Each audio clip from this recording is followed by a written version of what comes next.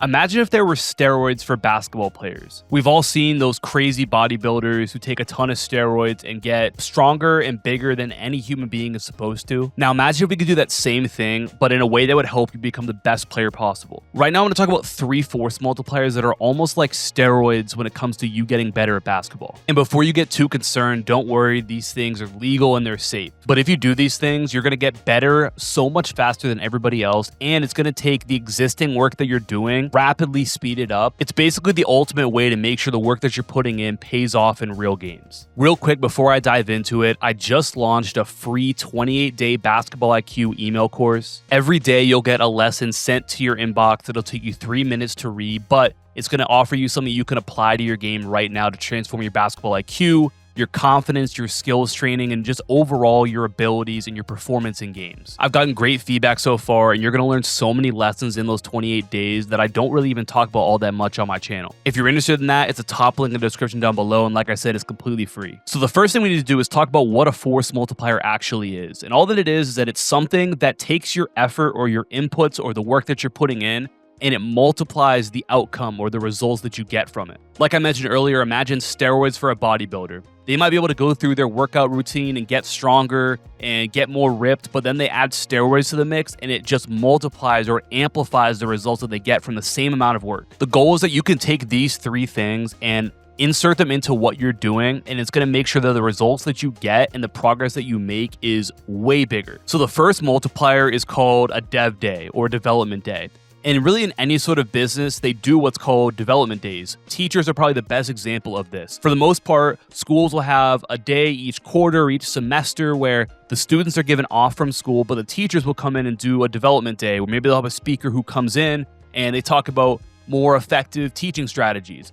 And so the point of that is that when the students come back to school, even though they just missed a day, right, the teachers are there to help them learn. And there was a whole day where they didn't do any learning, but because they attended that development day, when the students come back, maybe before they were only able to help them get 1% better or learn 1% more each day, but because they learned new strategies to use, now maybe they can help their students get 2% better each day. So that missed day ultimately was the best thing for them, because now they're going to far exceed what they were capable of doing before. As a basketball player, you should also be including these development days into your week every single week. You more than likely have at least 1 day a week where you're taking off from basketball. Maybe you don't have practice, you don't have any workouts, and even if you do still have stuff, there's probably a day that you don't do as much, but a lot of players waste this day. In order to make the most out of these days, we may be resting physically from the basketball court or from the weight room or whatever, but we want to use this day to progress mentally. And there's really 2 ways that we can do this. The first thing that you want to do is what's called a weekly check-in. Now, inside of Basketball IQ Academy, we actually have this built in, so I'll show you exactly what this looks like. With this weekly recap, you're going to look back on the progress that you made this past week, but you're also going to refocus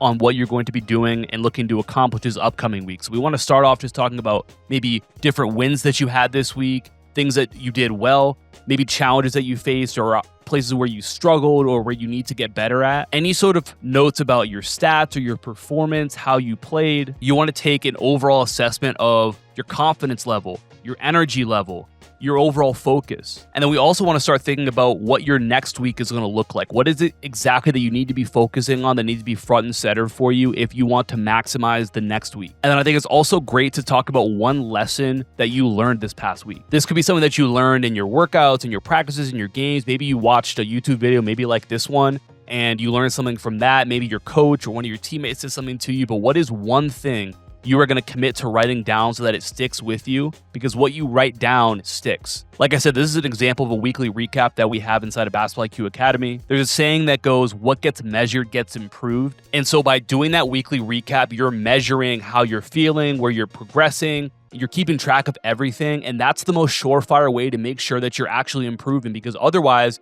you may just be aimlessly floating around. You're going to feel like you're putting in a ton of work, but you're wondering why you don't feel like you're getting much better in any specific area. And it's probably because you're not as focused as you need to be on getting better at that. So many things happen that it's easy to forget stuff that you don't write down. And the best part about this is that nobody does this. So if you do, it's going to help you to pass a lot of players, and it's going to give you a huge advantage over time. Now, the second piece of your development day is the second force multiplier, and that's studying film. What you have to understand is that anything that happens physically on the court, any play that you make, any decision you make, first starts off mentally. So if you aren't prepared mentally to go out and perform, the physical will never happen. That's why I always tell people that I've gotten so much better at basketball since I stopped playing, stopped training every day, simply because I spend so much time watching it, helping players through it, thinking the game, understanding what was right, what was wrong, what could have been better about that situation.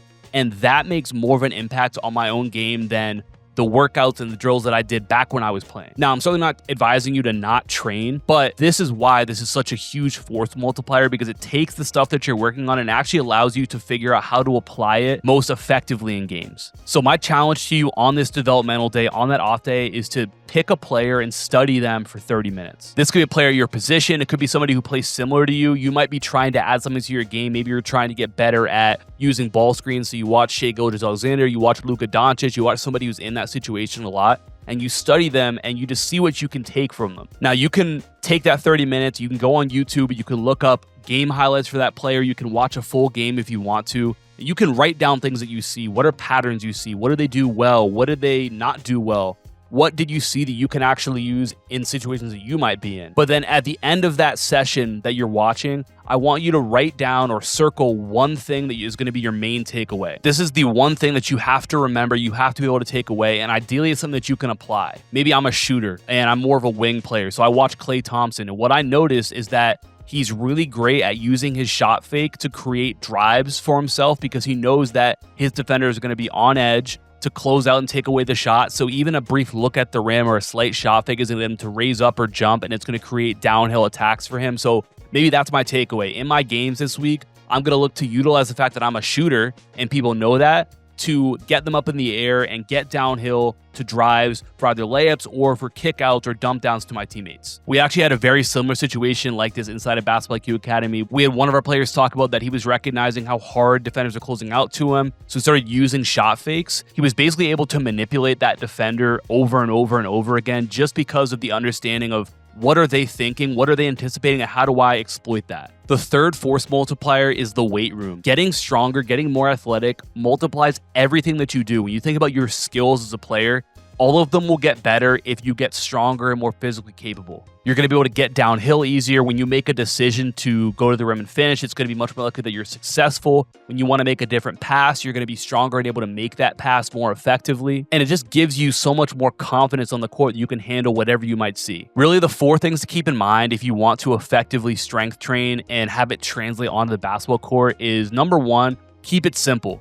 The most important thing to focus on are compound lifts, which just means that are lifts that are with multiple joints. So for upper body, that could be bench press, it could be shoulder press, could be pull-ups, could be pull downs, could be bent over rows. For your lower body, it could be squats, could be deadlifts. You want to pick 2 or 3 of those exercises per body group and then focus on getting stronger at those. So one week you lift 100 pounds for that weight. Maybe the next week you try and lift 105 pounds. And then once you can do that, you try and go to 110 pounds. And you force your body to get stronger. And we can keep it super simple. And just by doing that, you're not only going to get way stronger, way more athletic, but it's going to directly translate into you being more confident and just a better player on the court. So putting this all together, identify your rest day as your force multiplier dev day. You want to do your weekly recap, measure things that need to be measured, and refocus on what's coming up. And then use that film study to improve your mental, because like I said, everything that happens physically first happens in your mind. That's got to be the utmost priority for you. And then incorporate that strength training into your life. 3-4 days a week, focus on getting stronger in those compound lifts.